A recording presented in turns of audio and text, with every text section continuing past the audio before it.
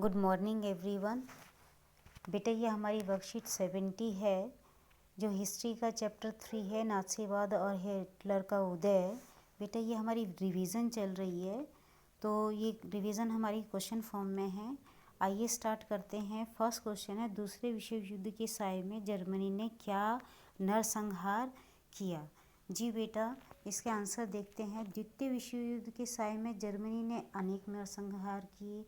क्या किया था बेटा? उसने जर्मनी तथा यूरोप में रहने वाले कुछ खास नस्ल के लोगों को सामूहिक रूप से उसने मरवाया था। तो वो कौन सी नस्ल थे वो? एक तो यहूदी थे, जिप्सी थे, पॉलिश लोग थे। बेटा 60 लाख यहूदी, 2 लाख जिप्सी और 10 लाख पॉलिश लोगों को मरवाया इन्होंने।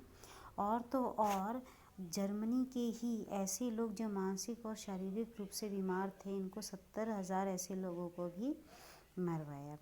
ये सेकंड क्वेश्चन है, हिटलर और गोएबल्स ने सन 1945 में आत्महत्या क्यों की थी? बेटा गोएबल्स हिटलर का मेन मिनिस्टर था जो उसकी पॉलिसी को डिसाइड करता था। तो आंसर देखिए, हिटलर और गोएबल्स ने द्वितीय विश्व युद्ध में हार होने तथा मित्र राष्ट्रों की सेनाओं द्वारा पकड़े जाने के डर से गोली मार करके आत्महत्या कर ली थी। स्पेशल बेटा सोवियत संघ रूस जो है उसकी सेनाओं के द्वारा पकड़े जाने का इनको डर था कि अगर पकड़े गए तो इनको बहुत सता के मारा जाएगा। इस डर से इन्होंने आत्महत्या कर ली थी। आइए तीसरा क्वेश्चन देखते हैं। हेलमुट को क्या समझ नहीं आया? बेटा हेलमुट जो है, ये जो चैप्टर स्टार्ट होता है इसमें ये एक बच्चे की स्टोरी से स्टार्ट होता है। ये 11 साल का बच्चा है, छोटा, जिसके पापा हिटलर के वफादारों में से एक थे। ये एक डॉक्टर थे जो ये डिसाइड करते थे कि कौन बच्चा मानसिक रूप से बीमार है। तो आप हमको पहले ही पता है कि भी मानसिक रूप से बीमार बच्चों को ये नाजी मरवा दिया करते थे। ठीक है, तो जब जर्मनी की हार हुई तो ऐसे लोग जो हिटलर के बहुत ज़्यादा बेस्टी थे, वो धीरे आत्महत्या करना उन्होंने शुरू कर दिया। क्यों? क्योंकि पकड़े जाएंगे तो मित्र राष्ट्रों ने बुरी तरह सता के मारेंगे। ठीक है, तो आइए क्वेश्चन आंसर है, हेलमुट हिटलर के मंत्री गोएबल्स का बेटा था।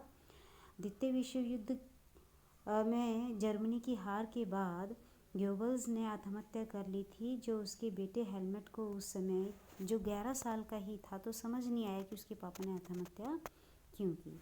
आइए नेक्स्ट क्वेश्चन है, वर्साई की शांति संधि क्या थी? इस संधि के बारे में अपने विचार लिखिए। जी बेटा आंसर है, प्रथम विश्व युद्ध में जर्मनी की हार के बाद मित्र राष्ट्रों ने जर्मनी पर वर्साई संधि, जो एक अपमानजनक समझौता था, थोप दी।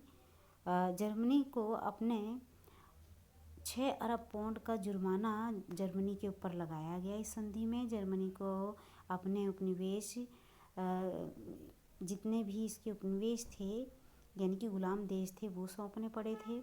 13% भूभाग वो मित्र राष्ट्रों ने बांट लिया था। 75% लोह भंडार, 26% कोयला भंडार, ये सारे इससे छीन के उन्होंने आपस में बांट लिए थे। और तो और जर्मनी की सेना भी भंग कर दी गई थी ताकि ये दोबारा अपनी ताकत इकट्ठी ना कर सके। नेक्स्ट क्वेश्चन है, प्रथम विश्व युद्ध में यूरोपीय समाज और राजनीतिक व्यवस्था पर अपनी गहरी छाप किस प्रकार छोड़ी? जी बेटा आंसर है, सैनिकों का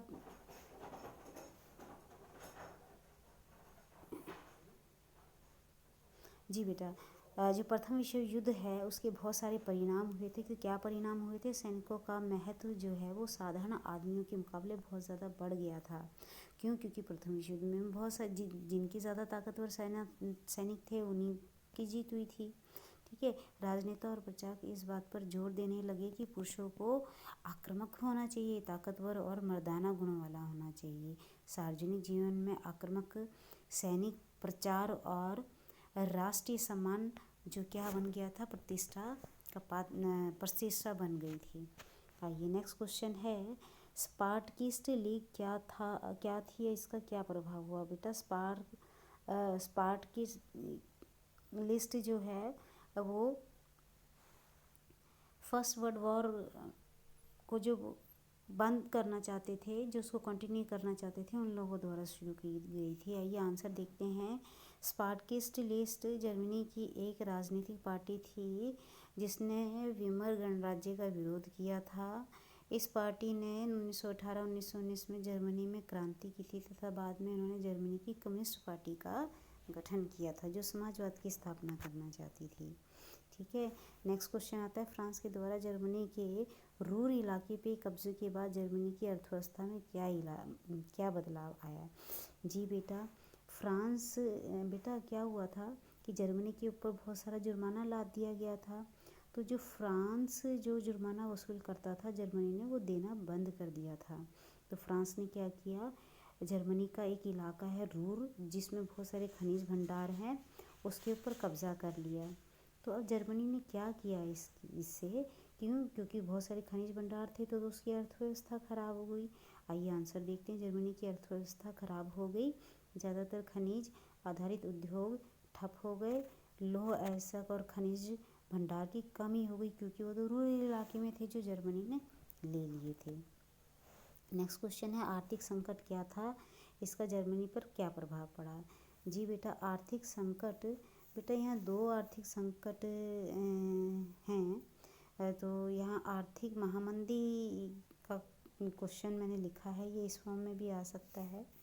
देखिए 1929-32 के दौरान जो है विश्व में आर्थिक महामंदी पैदा हुई थी। पूरा विश्व आर्थिक महामंदी की चपेट में आ गया था, जिसे आर्थिक संकट भी कहा गया था। तो इसमें क्या हुआ था, ज़्यादातर कारखाने बंद हो गए थे, निर्यात भी गिर गया था, किसानों पर सबसे बड़ी मार पड़ी थी। ज़्यादातर मज़दूरों का रोज़गार छिन गया था, और जो मज़दूर काम पर भी थे तो उनको कम वेतन मिलता था, और ज़्यादातर जो उत्पादन है वो 40% तक कम होने लगा था। नेक्स्ट क्वेश्चन है, हिटलर की वो विशेषताएं लिखिए जो उस समय जर्मनी के लोगों को पसंद आई थी। जी बेटा, हिटलर को बहुत तेज़ी से पसंद किया गया, जैसे आज के टाइम पे हम मोदी को सुनते ही चले जाते हैं। तो क्या विशेषताएं थी हिटलर की? हिटलर एक तो बहुत बढ़िया स्पीकर था बेटा, जैसे देखते हैं ना, जैसे मोदी को आप सुनते हो तो एक अट्रैक्शन होता है उनके शब्दों में, ऐसे ही अट्रैक्शन था।